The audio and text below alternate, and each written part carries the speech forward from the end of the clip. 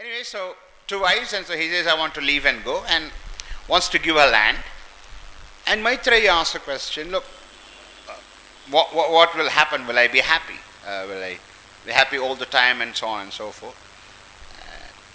And even without death, etc. He says, no, you will have a little bit of land, afterwards you're going to die.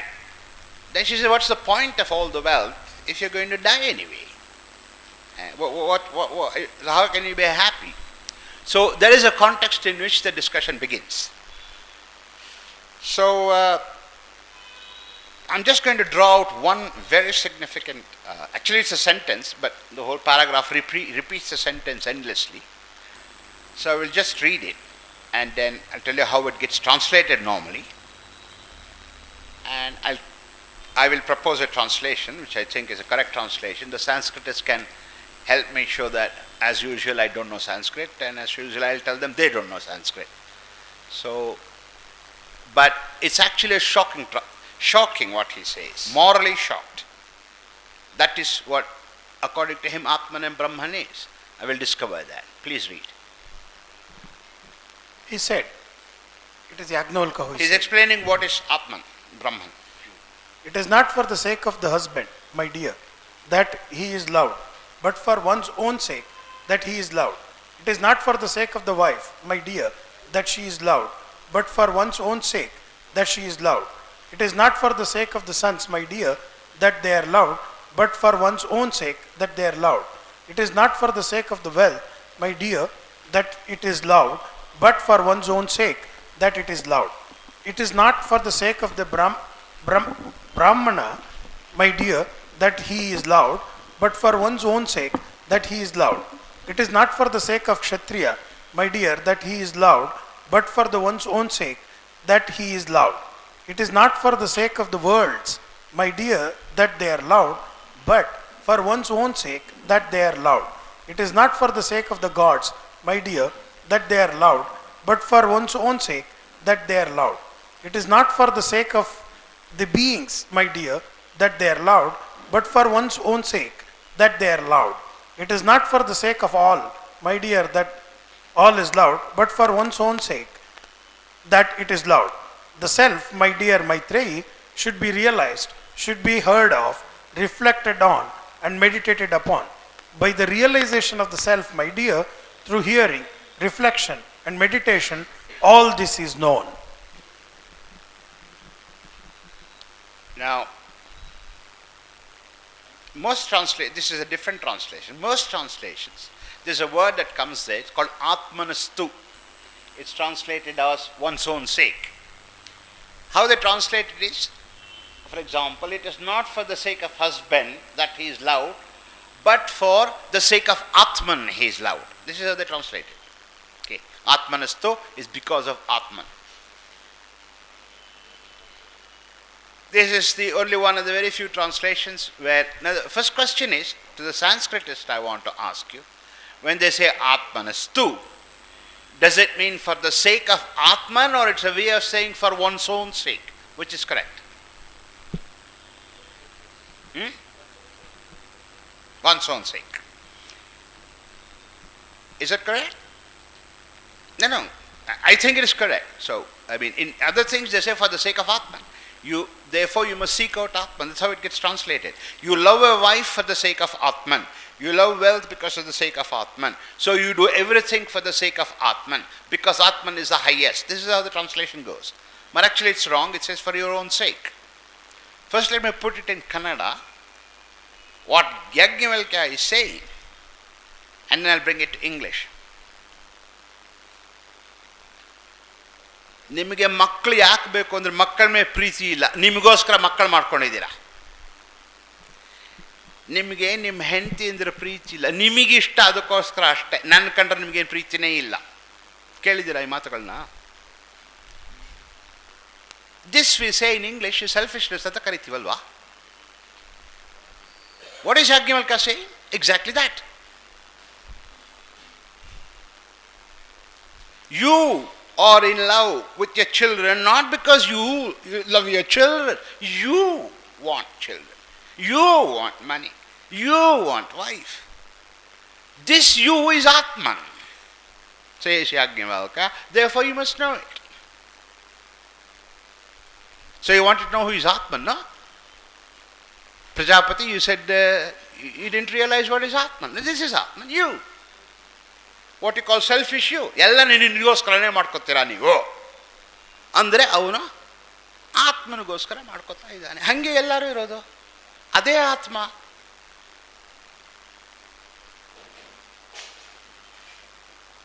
Are you understanding what I'm saying? ಯಾವುದನ್ನು ನೀವು ಸ್ವಾರ್ಥ ಅಂತ ಕರಿತೀರೋ ಅದು ಆತ್ಮ.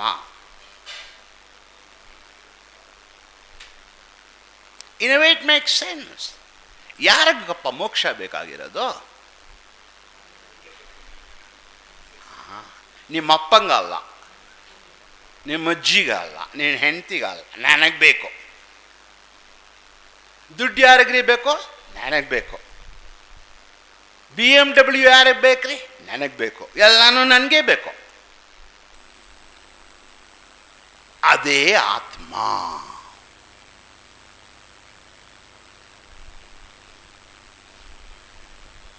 ಯಾಜ್ಞವಲ್ಕ್ಯ ಹೇಳ್ತಾ ಇದ್ದಾನೆ. Yajnavalkya first ಆತ್ಮನ ಬಗ್ಗೆ ಮಾತಾಡಿರೋದು. ಆದ್ದರಿಂದ ಪ್ರಜಾಪತಿ ಮಾಡಿದ ಏನು ಕಾಣಿಸಿದೆ? ಅವರೇ ಕಾಣಿಸಿದ್ದಾರೆ. ವಿರೋಚನೆಗೆ ವಿರೋಚನ ಕಾಣಿಸಿದಾನೆ, ಇಂದ್ರಂಗೆ ಇಂದ್ರ ಕಾಣಿಸಿದಾನೆ. ನಾನೇ ಕಂಡೆ, ಹೌದಪ್ಪ ನೀನೇ ಆತ್ಮ. ಕನ್ಸಿಸ್ಟೆನ್ಸಿ ಇದೆ.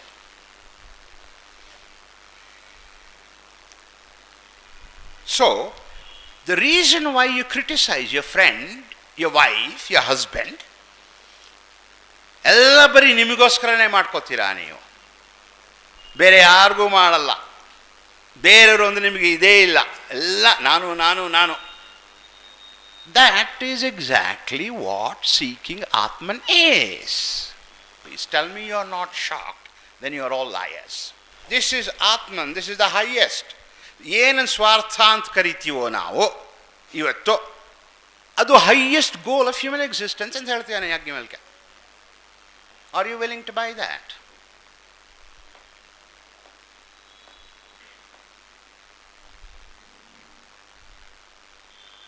Reasoning is impeccable because he says, since you're doing it everything for yourself, it's very important to know who you are.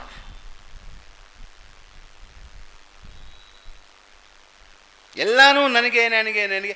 ಹಾಗಾದ್ರೆ ನೀನು ಯಾರೋ ಅಂತ ತಿಳ್ಕೊಳ್ಳೋಪ್ಪ, ನೀನು ಸಿಕ್ಕಾಪಟ್ಟೆ ಇಂಪಾರ್ಟೆಂಟು ಅಲ್ವಾ? Atman becomes very important because only because of that.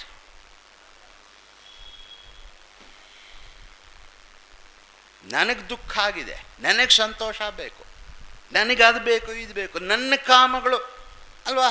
Indra Virochana ಇದು my desires must be fulfilled. He says find self and that means your self.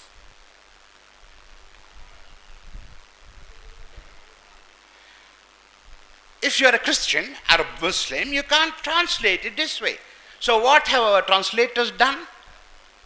They don't translate it for one's own sake. They say for the sake of Atman. They write. You do it, you search for the sake of Atman. Rubbish.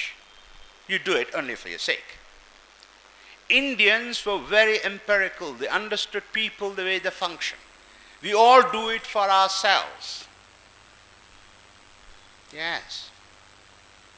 And therefore they found it very important that we understand ourselves. Because you do everything for yourself. Therefore, understand who you are. That's Atman.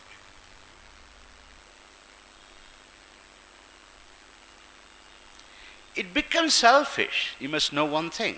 Only if you assume that the self is the Christian, Muslim and Jewish self with the soul, then it is selfish, not otherwise.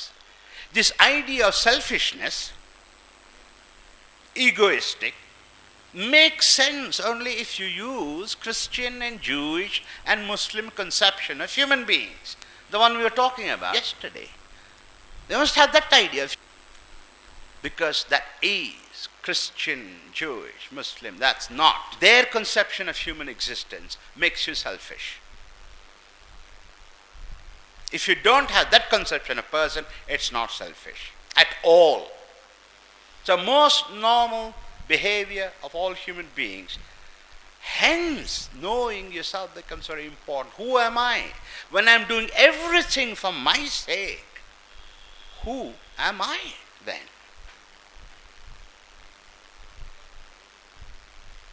That's why the question becomes important to you.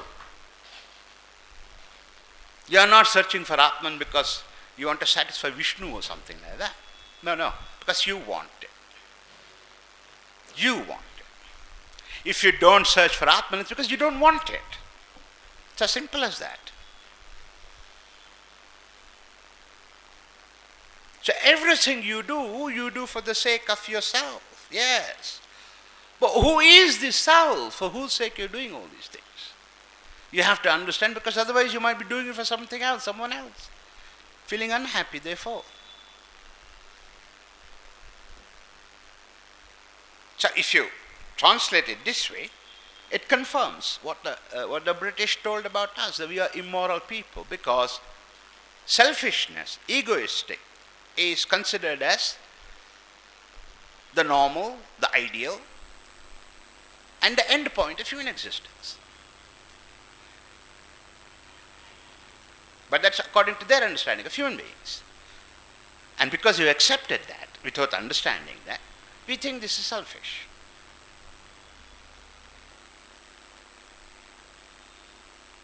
But you don't function that way. They have a pseudo discussion in Western philosophy about it, Western ethics. It's called altruism and egoism. Altruism is where you work for the good of others. Egoism is what you work only for your own good. You know what the pseudo discussion is? They say altruism is actually egoism. You desire to help others, therefore you help others. It's for your own sake. So you're actually egoistic. This is a pseudo discussion that goes on. Altruism, egoism.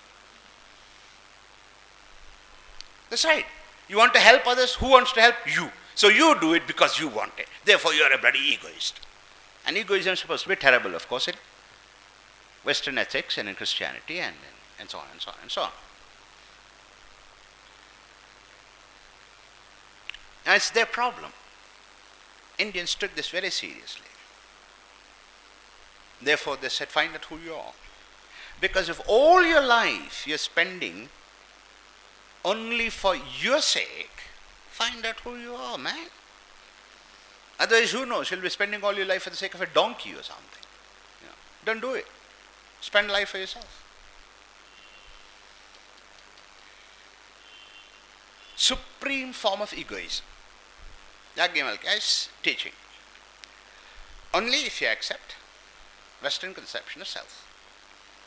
If you don't accept it, it's not egoism at all.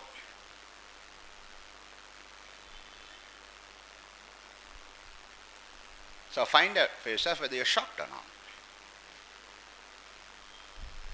Of course you're shocked. I have heard any number of you say, no, I don't do it for myself, I'm doing it for you. You always hide it. All of you feel that, don't you? ಎಷ್ಟಲೇ ಬಯಸ್ಕೊಂಡಿದ್ದೀರ ಮನೆಯಲ್ಲಿ ಸ್ವಾರ್ಥಿ ನೀನು, ಯಾವಾಗಲೂ ನಿನ್ನ ಬಗ್ಗೆನೇ ಯೋಚನೆ, ಬೇರೆಯವ್ರ ಕಂಡ್ರೆ ನಿನಗೆ ಯೋಚನೆನೇ ಇಲ್ಲ. ಯಾಕಿರಬೇಕು? ಬೇರೆಯವ್ರ ಬಗ್ಗೆ ಯೋಚನೆ ಆದ್ರೆ ನನಗೆ ತಾನೇ ಯೋಚನೆ ಬರಬೇಕು ಅದ್ರ ಬಗ್ಗೆ. ಅಯ್ಯೋ ನನ್ನ ಹೆಂಡತಿಗೆ ದುಃಖ ಆಗ್ತಾ ಇದೆಯಲ್ಲ ಅಂತ ನನಗೆ ದುಃಖ ಆದ್ರಿಂದ ಎಲ್ಲನೂ ನಂದೇ. ಹೌದು, ಬಯಸ್ಕೋತೀವಿ. ಏನೋ ಪ್ರಪಂಚ ಎಲ್ಲ ನಿನ್ನ ಸುತ್ತಾ ಇದೆಯಾ? ಇಲ್ಲಪ್ಪ, ಸುತ್ತಬೇಕು ಅಂತ ಆಸೆ ನನಗಷ್ಟೆ.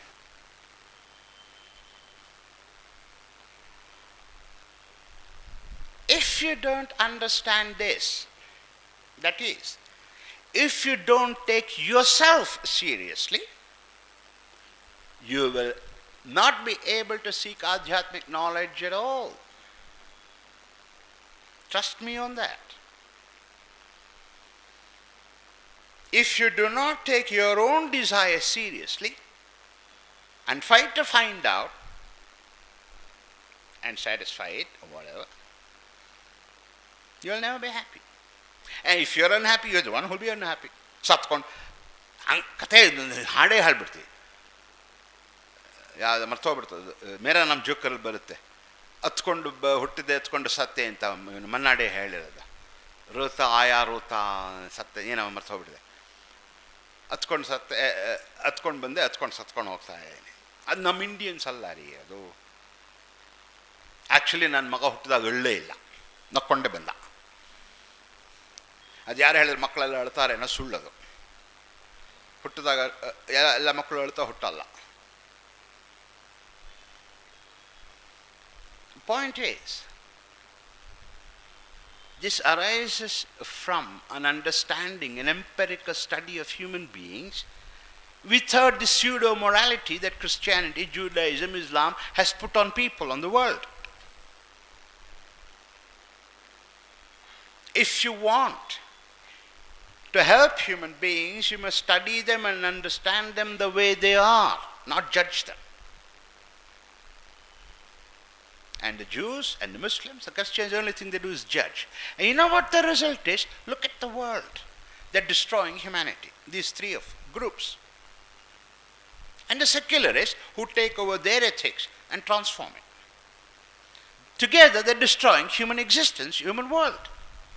Nature they're destroying, societies they're destroying, cultures they're destroying everything. And they are the ones who talk about justice, social justice. Who are the people who talk about social justice in India? They are the most unjust people that exist on earth.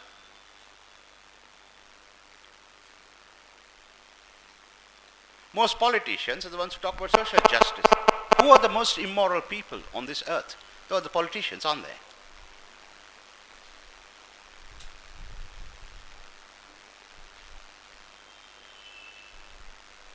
So if you want that human beings are happy, if you want that you should be happy too, then you have to see what kind of a creature you are, what kind of an organism you are. And that is what science is all about. Studying it the way the world is. And that's what the Indians did. 4,000 years ago, they started this investigation. They didn't stop for various reasons, it got stopped, but it's another story. Scientific research. This is egoism, etc., are moral terms. If this is the way we are, well, that's the way we are. Why do you have to judge that? If that's the way human beings, it's like having 2 legs. How can you judge that? What should you have? 35 legs or something, is it? Maybe you should have 35 legs, but unfortunately you only have 2. So accept and try to walk on those 2 legs. Accept human beings the way they're born. That's what Indians have done. This pseudo-morality comes from Christianity, Judaism, Islam. For us, it comes from Muslims, it comes from Christians. All this moral talk comes from them. We don't have the language to do that kind of moral talk in any of our regional languages or in Sanskrit. We don't have even vague equivalents to the word ought. You ought not to kill. We cannot say that in our languages. Doesn't exist.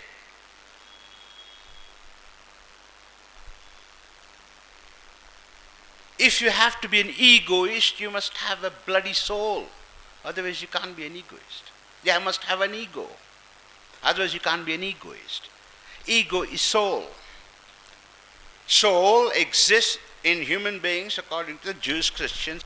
This is the hypocrisy in moral language. This is the hypocrisy in Christianity, Judaism and Islam. And we accepted it. And our culture is the opposite. Our notions of human beings, opposite. And I think our notions of human beings, the reason why I prefer it is because I think it's the most scientific notion that I know. Not the Christian, not the Muslim, not the Jewish. Most superstitious, most idiotic notion of human beings is what they have. But we think they're the best.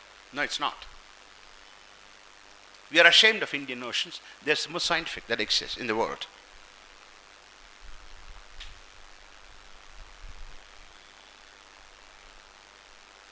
So this is Atman, people.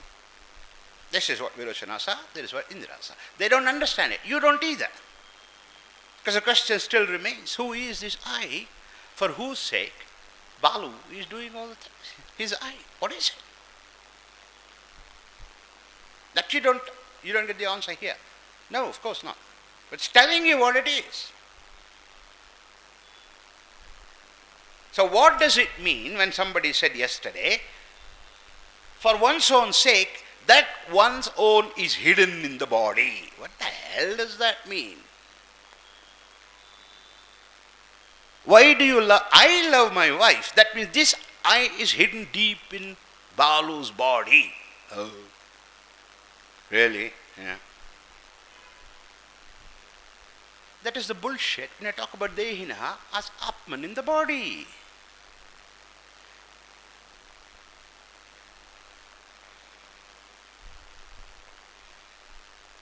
If Nanu is hidden inside the body, people, that is precisely the soul of the Christians and the Jews and the Muslims. That is the I. In that culture, in that religion, I is the soul. So this is Atman, finally. This is absolute selfishness, egoism. And this is Brahman. Well. Miracles never stop, do they? That's what India is. That's what Indian culture is. And in my eyes, most scientific, one of the most brilliant, not one of the most brilliant, the most brilliant culture that exists on the planet Earth. And this is our hope. This is our hope of humanity. Either we get destroyed by the Jews and the Christians and the Muslims and the secularization of these three religions. That's what's happening. We'll all get destroyed. Or we survive. If we want to survive, we need this. This is the only option we have. Choose it. Take your Max Weber or take your Manu. Max Weber is a sociologist. Manu was the one who spoke about Varna Sankara. Choose. Max Weber, German scientist, scientific, go. Result. Just look at the world today. That's where we are.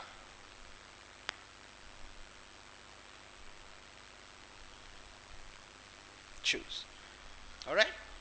Thank you very much. Now, your responses. If you don't give a response, I had another text which I wanted to read, I won't read it. It can't be you're shocked so much by new things. It's not possible. They're very old things. This is 4,000 years old. I'm not saying anything new.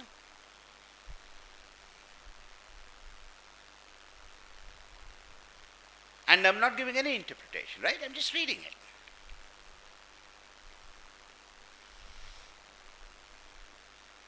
So, one thing I would like to draw your attention how Madhvacharya explains this thing.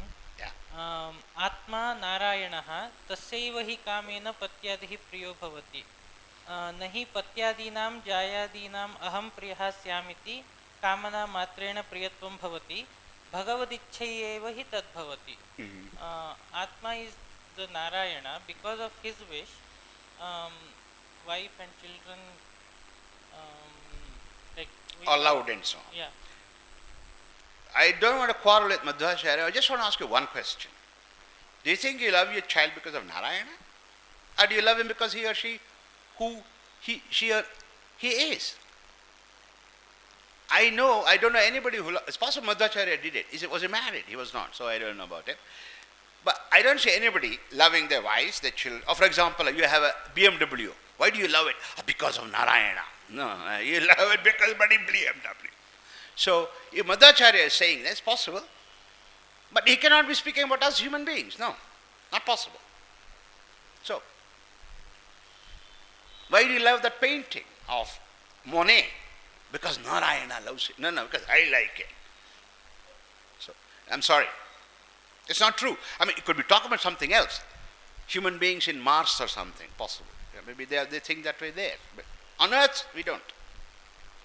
So it's empirically untrue.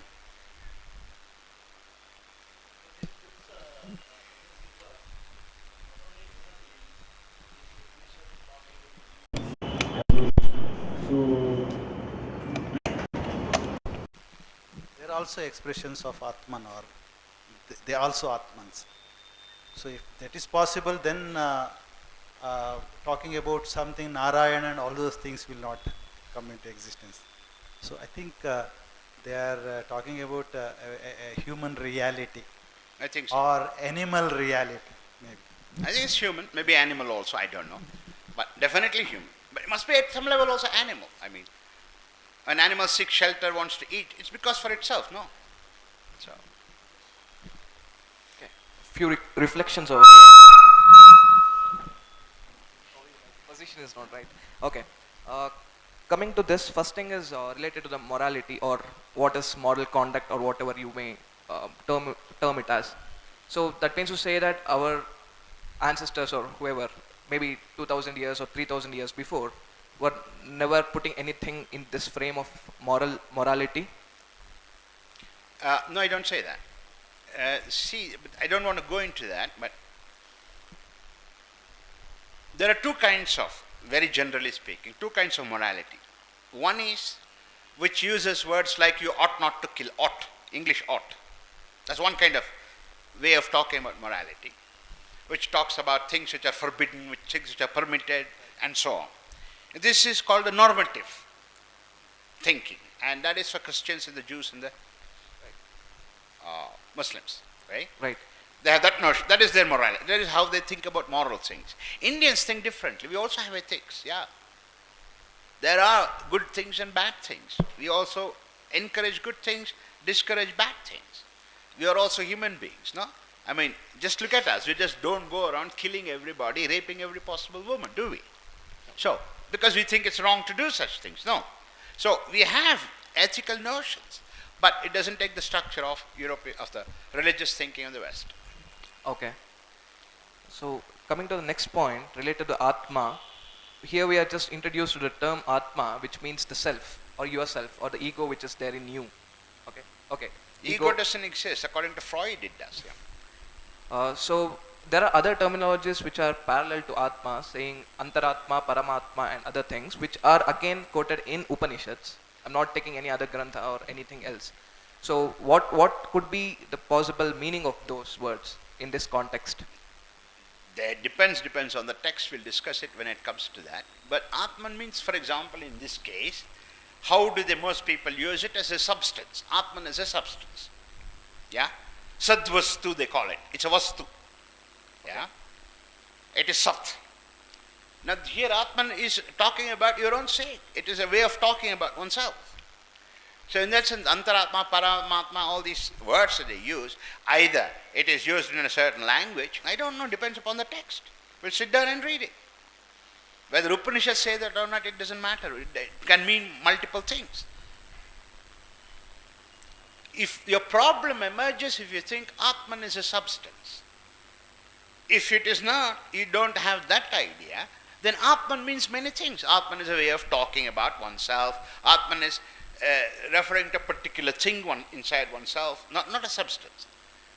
So it has the same flexibility as oneself. It can mean multiple things.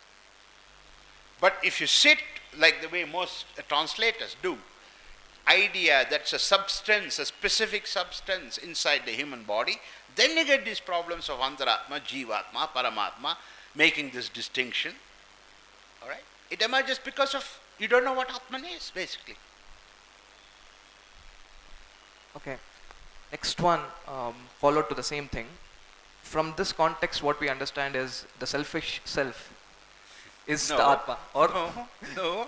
Okay. No, you do everything for yourself. Yeah. Right. That's the truth. That's what the selfish self, if I would call it. There's nothing selfish about it. That's where you are. That's Right. where everybody is. So that term, probably the egoistic, you brought in the concept of egoistic. So ego is particularly a kind of a psychological substance, or what is it? See, the problem is this: we're using words we don't understand. Right. Ego, that emerges from Latin, okay, refers to the soul. All right? When Freud comes and talks about ego and superego, he's talking about the structure of the psyche. Psyche is a Greek word that comes from the Greeks, which talks about something like a soul. Psyche, which goes to Hades, that is to the hell. So we don't know what ego means, my friend. We Okay. don't. Like for example, we don't know what psychology means. Psyche, we don't know what it means. Logos of psyche, we don't know what it means. We translate it as Manashastra. But we have Manas, we have Chitta, we have Buddhi. Psychology is supposed to be Manashastra. What is it? Shastra of Manas, is it? You also Shastra of Buddhi, Shastra of Chitta? No. What is it? The whole thing is Manashastra. That means what? There's only Manas. I mean, other things don't exist or what? We think, we have found Kannada word for psychology, we call it Manashastra. We don't know, because our psychology, to use that word, is something completely different. Read in Gita, there also you'll see it. Right. Okay?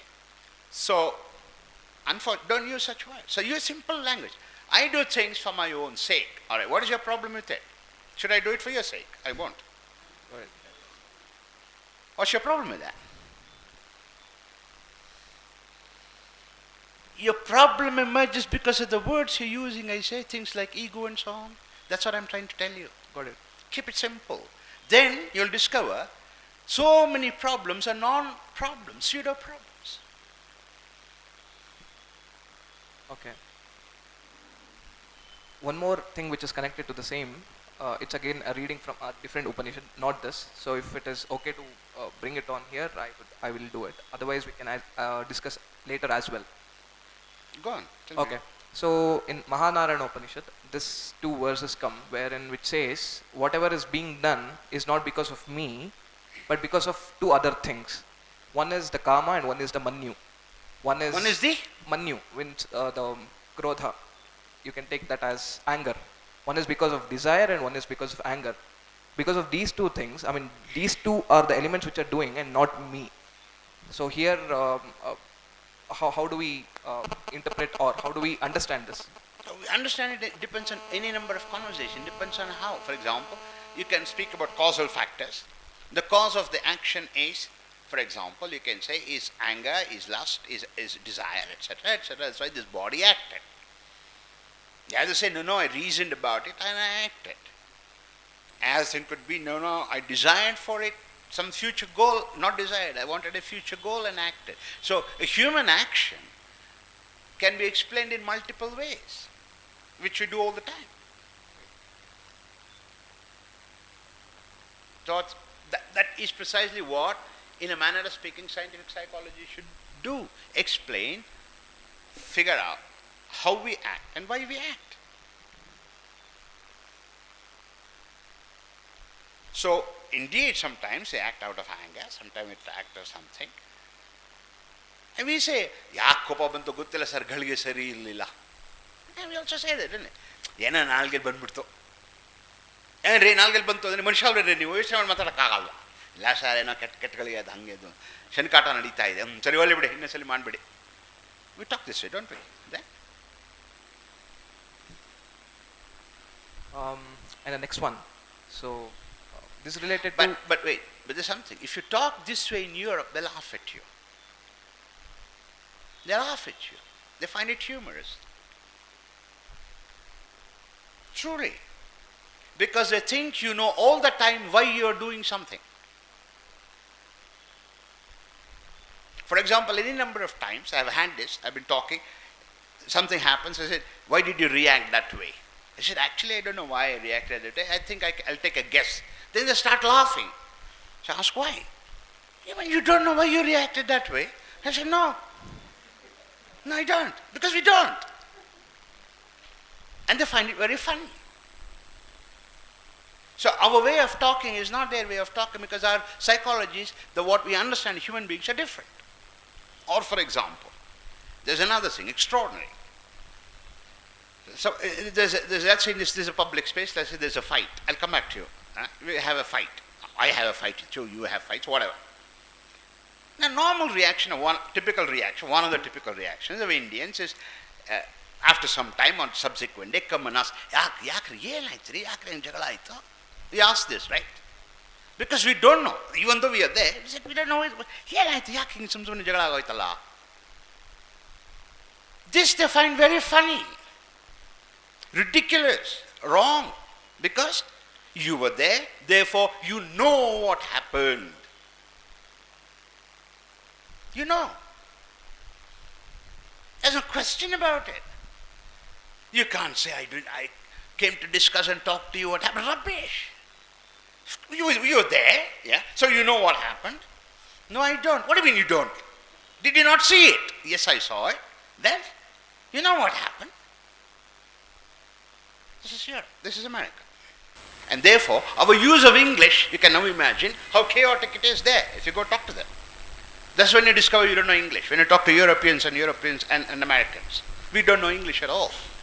While we see these kind of, or rather not call it interpretation, reading of these texts, there are striking differences or similarities with the Charvaka Siddhanta or Charvaka Darshana, which was there. Charvakas is again a class of people who propose that man does everything for himself. So they believed in there's no life after death and this is where you'll have to live and that's it. So Runam Kritvapi Ghritam Pibet is one of the famous sayings of it. Don't bring them like that, Charvakas here, because it depends very much upon which self you're talking about. Okay? Now, in one sense, the strictest Advaitin also believes there is no, you won't live after your death, but your Atman doesn't. You're not your Atman. Atman doesn't die or gets born. Yeah? So, it can be completely Charvaka, completely Advaita. Don't use these distinctions because this way of dividing up Indian thinking itself is a very serious problem to us. We think Charvakas are materialists. They are not. That's what the Marxists have told us. Don't use those things. So these are some of the things which probably we'll have to unlearn whatever we have learned and relearn something which is the right thing. But it does take time. Try and take distance from these frameworks you have absorbed. But focus on the text, read honestly what they have written. To use in an Indian way to understand it. Not the European way, Indian way of understanding. ಇವಾಗ ನಾನು ಅನ್ನೋದು ಕರ್ತೃ ಅಲ್ಲದೆ ಇದ್ರೆ ಕರ್ತ ಹೆಂಗಾಗ್ತೀಯ ನೀನು? You're doing everything for yourself, but who is this yourself? If you know the answer to that, you have your Atmagyan and you'll discover actually that you're not a kartru at all. The self is not a kartru, cannot be.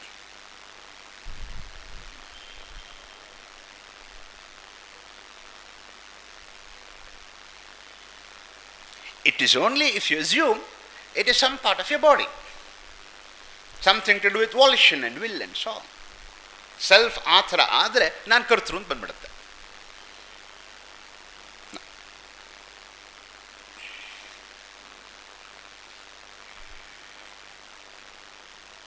In fact, in certain phases, or certain stages, or certain processes, or in certain directions of Atmajnana would be the realization that precisely that you are not an agent at all. You always thought you were an agent, but you are not an agent. That discovery. Many people have it also. I thought I used to do everything, and you discover actually I did not. I thought I was an agent, I thought I was a kartru, but I was not. See, in a way, perhaps I should tell you this. It's important. I think it is from Saraswati Vadins, as a Buddhist group. They had this notion called Pudgala. I don't know if you heard of it. Or we can say Purusha. They were called Pudgalavadins. That is to say, they used to think that every human being, there is a Pudgala or is a Purusha. Like in Balu, there is a Pudgala called Balu. Okay. And in all of you, there is each one of us has his own Pudgala. It's something like a soul, but not quite a soul. So this Pudgala thinks, this Pudgala feels, and that is what Balu means when I say, I think, he's saying actually this Pudgala is thinking that. And he is that Pudgala. Now, this is very present in all cultures, including Indian and also in Middle Eastern. And the idea of soul emerges from Pudgala there. And ours also, one of the problems of our Acharyas was this.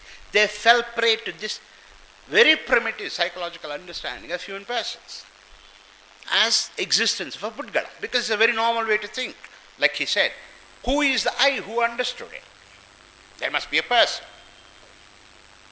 For example, that's how they thought, for instance, Europe, Western thinking about memory. They thought memory, even now, but nowadays is more or less gone. Idea was memory is something like is a storehouse. Okay, that's what they thought. So retrieval from memory is to go there, take it from the storehouse. Until 20 years ago, this is the dominant idea of memory they had in psychology. A problem is this. So suppose you see a grandmother. Question is, how do you recognize that this is your grandmother's face? In this idea of the storehouse, the image of the grandmother goes, somebody has to go with that image, look at all the subjects, stock that is there, compare it to another image of the grandmother and bring it out. Question is, who compares the image of your grandmother with what is in your brain? There's another Pudgala doing it. So like this idea of idea of memory as a storehouse works precisely with this idea of Pudgala. And that got destroyed thanks to artificial intelligence. It shows that that is not how we solve the problem of memory at all, because it got caught into infinite regress, each Pudgala requiring another Pudgala. So Indians don't have that notion of memory at all. Memory is not a storehouse in us. Jnapaka Shakti we call it. That's precisely modern understanding. The strength of neural connections, that is memory, basically. That's how we spoke of memory. So this idea of, so this way, namely there's someone to remember, someone to think, someone to feel, this comes from, and that someone is all one and the same, Pudgala. That's a very, very prevalent but very primitive psychological understanding of human beings. So one of the reasons, why they fell prey to that, our acharyas, has to do with this feeling, it's very, very intuitively present, of human personality. Namely, inside there's a Pudgala, even though they criticize it.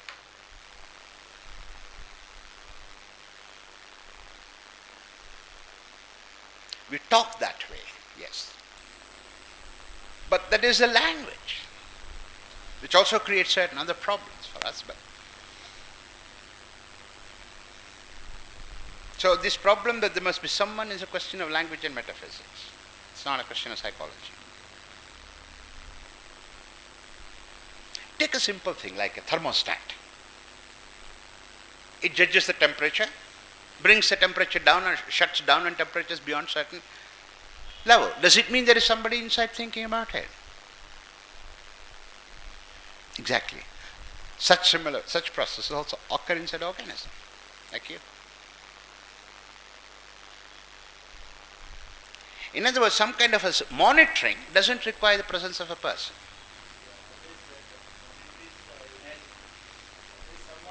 Who is monitoring it? Yeah. So when you're tracking and monitoring, it does not mean there has to be a monitor to do that. And when you don't know that existence of such processes, you automatically think there must be a monitor. No.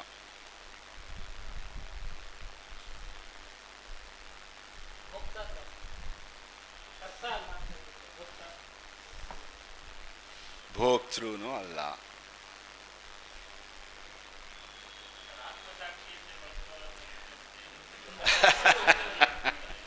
ಬಳಸ್ತೀರಾ ಅದು ಕೇಳಿ ಯಾರು ಶಂಕರರು ಹೇಳಿದ್ರು ಅವ್ರನ್ನ ಕೇಳಿ ದಯವಿಟ್ಟು.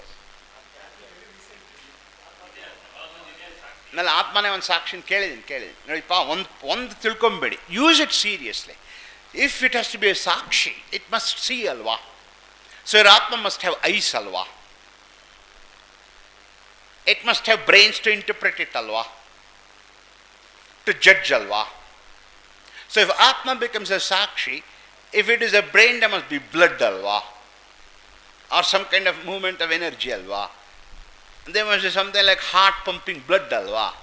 So your sakshi becomes basically yourself inside yourself, your body. ಅದು ಹಂಗಿದೆಯಾ ಇಲ್ಲ. ಸೊ ಸಾಕ್ಷಿ ಆಗಕ್ಕೆ ಸಾಧ್ಯ ಇಲ್ಲ, ಬಿಟ್ಬಿಡಿ. ಅದಕ್ಕೆ ಜ್ಞಾಪಕ ಇರಬೇಕು. ಏನೋ ಇದನ್ನು ಅವತ್ತು ಹೇಳಿದ್ರು, ಸಾಕ್ಷಿಗೆ ಜ್ಞಾಪಕ ಇರುತ್ತೆ. So you must have a memory. So basically you reconstructing your self and putting another body in you as big as you. Inside, I don't know where. Invisible to everybody except including yourself. So Atma Sakshi, ಈ ಪದಗಳು ಉಪಯೋಗಿಸಬೇಡಿ. ಉಪಯೋಗಿಸ್ತಾರೆ ಜನರು, don't use it. ಇವಾಗ for example ಇವತ್ತು ಇದು ನೋಡಿದ್ವಿ, just give an example. Prajapati Satyakama Satya Sankalpa ಅಂತ ಹೇಳ್ದ, ಟ್ರೂ ಅಲ್ಲ, ಆತ್ಮನ ಬಗ್ಗೆ ಮಾತಾಡ್ದ. You must be careful when you read it. Satya Sankalpa ಅಂದ್ರೆ what does it mean? True volition. That means he must have volition, which means he's got a will. If he's got a will, he must have a brain. A brain means an organism, it's a body. ಆತ್ಮಂಗದೆಲ್ಲ ಇಲ್ಲ ರೀ ಬ್ರಹ್ಮಂಗೆ. ಯಾಕೆ ಹೇಳ್ತಾ ಇದ್ದಾನೆ ಪ್ರಜಾಪತಿ ಅದನ್ನೆಲ್ಲ? ಅವನು ಹೇಳ ನಾನು ತೊಗೊಂಬಿಡ್ಬೇಡಿ. ಸತ್ಯ ಕಾಮ ಹಂಗಂದ್ರೆ ಏನ್ರಿ? ಟ್ರೂ ಡಿಸೈರ್ ಅಂದ್ರೆ ಏನ್ರಿ? ಫಾಲ್ಸ್ ಡಿಸೈರ್ ಏನ್ರಿ? How the hell do you know it? ಐಸೆ ಹೊಟ್ಟೆ ಹಸಿ ಇದೆ ತಿನ್ನಬೇಕು. True ಡಿಸೈರಾ falls ಡಿಸೈರಾ? ನಿಪ್ಪಟ್ಟು ಬೇಕಾ ಬಿಸ್ಕೆಟ್ ಬೇಕಾ? ಯಾವ ಟ್ರೂ ಡಿಸೈರ್ ಇದು? ಎರಡಿದ್ರೆ ಎರಡನ್ನು ನುಂಗಾಕ್ಬಿಡ್ತೀನಿ ಬೆಸ್ಟ್ ಅದು. So this way of talking, you must figure out why they did it, but that don't take that as some kind of a truth about the world. It's not, it cannot be. So Atma is used as a Sakshi, yes. What the hell does it mean?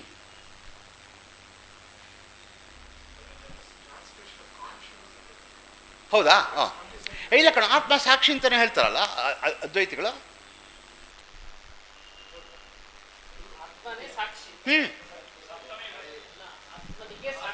ಅಲ್ಲ, ಆತ್ಮನೇ ಸಾಕ್ಷಿ. ಆತ್ಮ ಸಾಕ್ಷಿ ರೂಪದಲ್ಲಿದ್ದಾನೆ ಆ ಥರ. ಅಲ್ಲ, ಆತ್ಮ ಬೇರೆ, ಅಲ್ಲಿ one self ಆಗ್ಬಿಡುತ್ತದು, but ಅದು ಬೇರೆ. ಅದು ನಿಮ್ಮ ತಾಯಿ ಆತ್ಮಕ್ಕೆ ಇವತ್ತು ಪ್ರೀತಿ ಆಯಿತು ಅಂತ ಹೇಳ್ದಂಗೆ ಅದು. ಅದೇ, ಇನ್ನೇನಿಲ್ಲ ಅಲ್ಲಿ.